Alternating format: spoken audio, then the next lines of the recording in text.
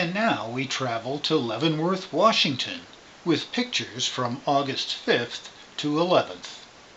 Once the family had decided to go to Leavenworth, Chaz and Jen flew to Seattle.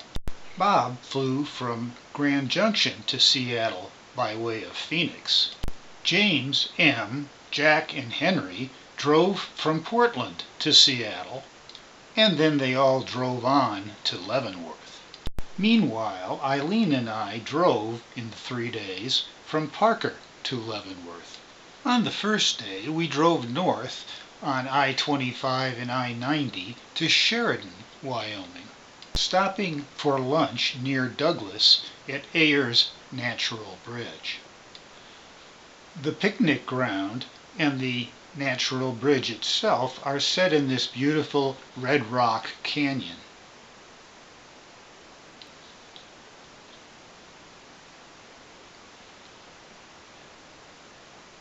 And here is Ayers Natural Bridge.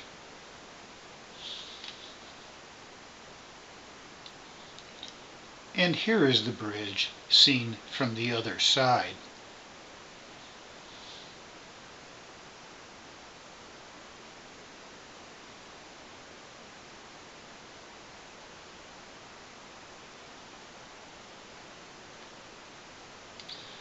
That evening, in the motel, in recompense for my driving efforts throughout the day, the trip chef prepared this wonderful meal for me. On the second day of the trip, we drove from Sheridan, Wyoming to Missoula, Montana, and after checking into the motel in Missoula, we visited St. Francis Xavier Church. Missoula's St. Francis Xavier Church was built in 1892 and has a 140-foot steeple.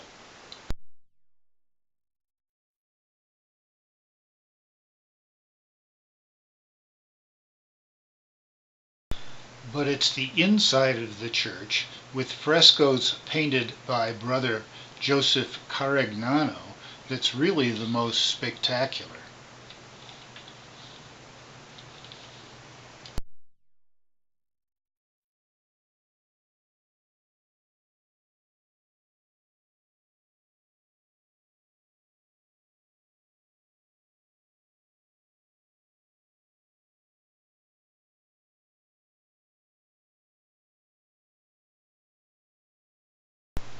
And the stained glass windows are rather unusual.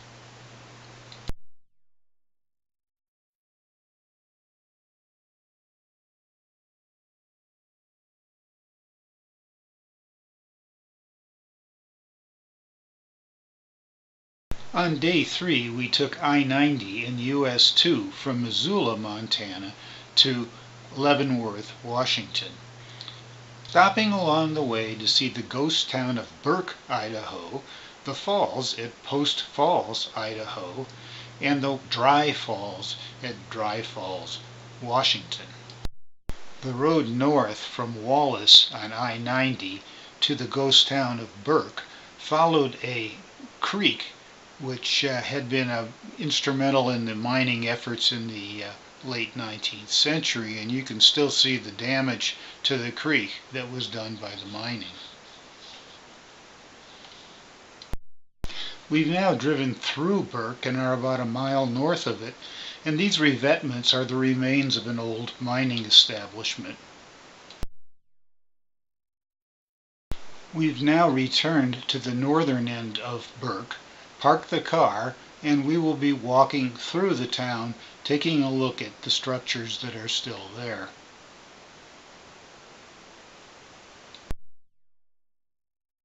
Here at the northern end of town is what's left of the old railroad that used to run through the town, and in fact, through the hotel.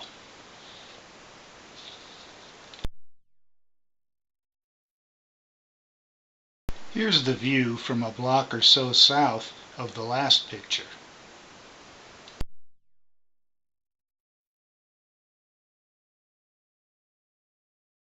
And here we can see the foundations of some old houses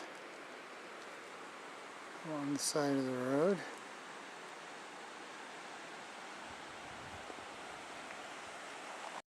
Here we see the old office building, a structure above the mine shaft, and the mill.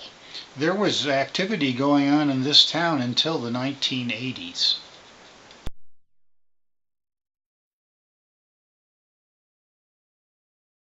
These two large structures dominate the town, and I believe they were mills during the time that the mining operation was in effect.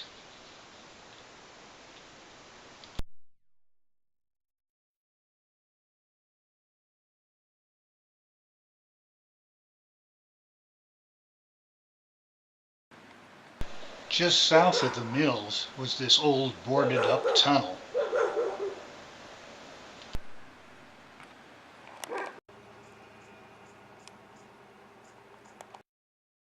Close to the Washington border is Post Falls, Idaho, and this is the Spokane River and a gorge along the Spokane River which is right below the falls.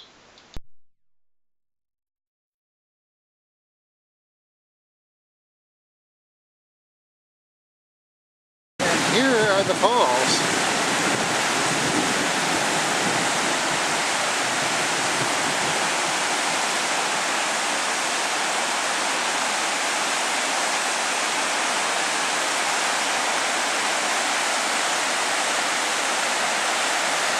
Lightning and thunder are all around us. And as we headed from Post Falls toward Spokane, where we picked up US 2, the lightning and thunder that had been all around us turned into a veritable downpour. The rain soon dried up, however, and by the time we arrived at Dry Falls, Washington for a lunch break, the skies were blue and pretty. During the time that the last ice age was melting, this was the largest waterfall in the world with a width of 3.5 miles.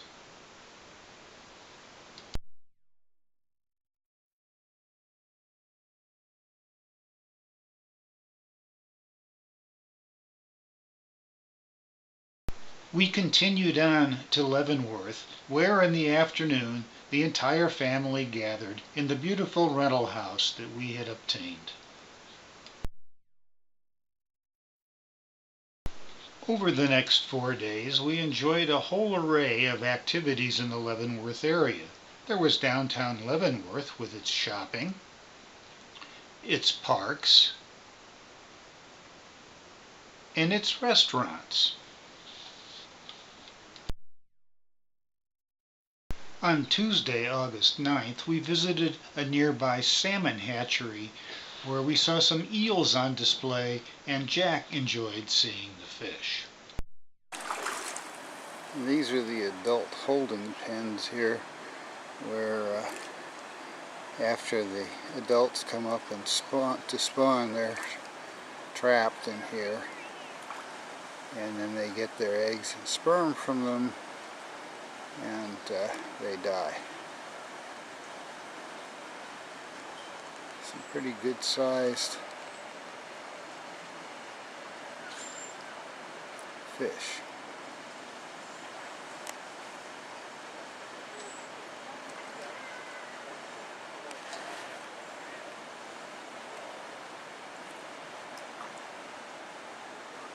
The hatchery also boasted a hiking trail which offered some pretty views.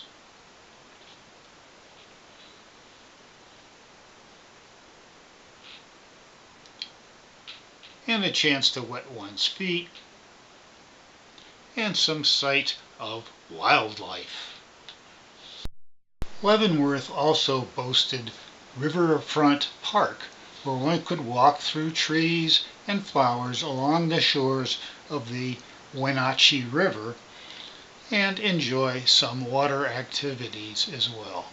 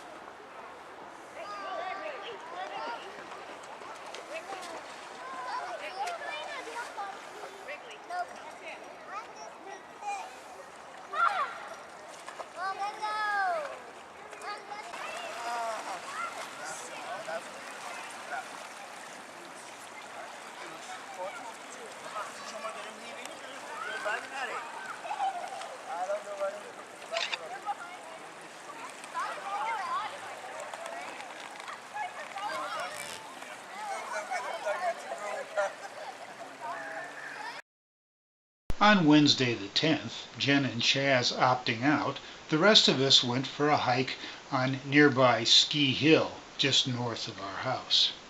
Along the path we saw some interesting white berries and got some very pretty views of the Leavenworth area. Take a picture?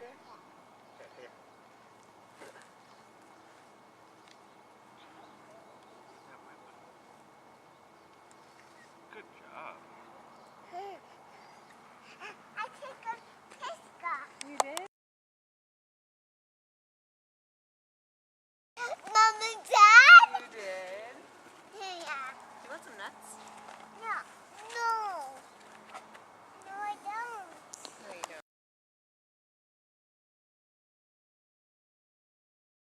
Ski Hill also boasts an amphitheater where plays are put on. Our week also gave us time for relaxing and lawn games.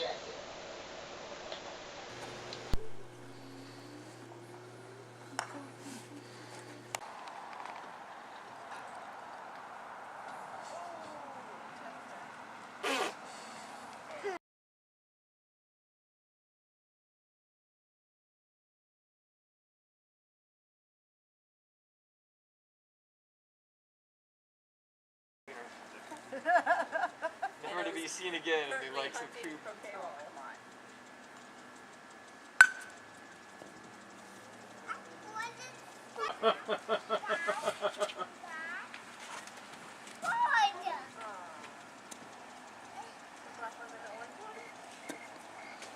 There was also time for enjoyable meals. And without your third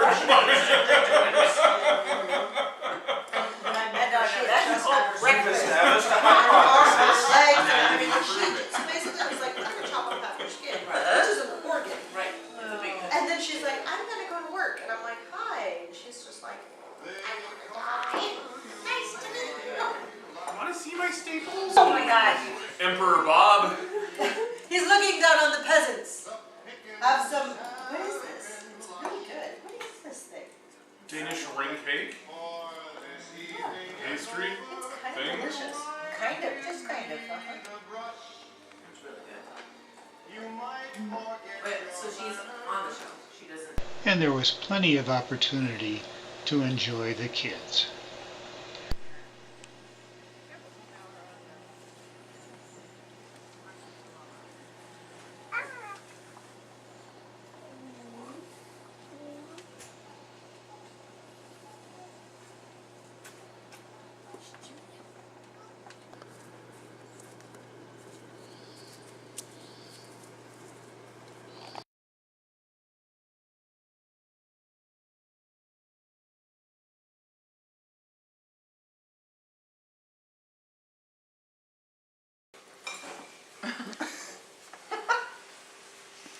You're not camera shy. What's he doing? It's fun.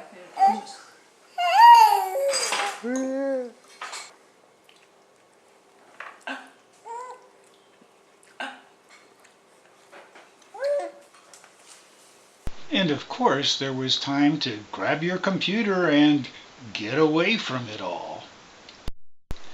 But then it was Friday, and time for us to pack the cars and go our separate ways. And for Eileen to break off the doorknob on the way out. And then our week in Leavenworth had come to an end.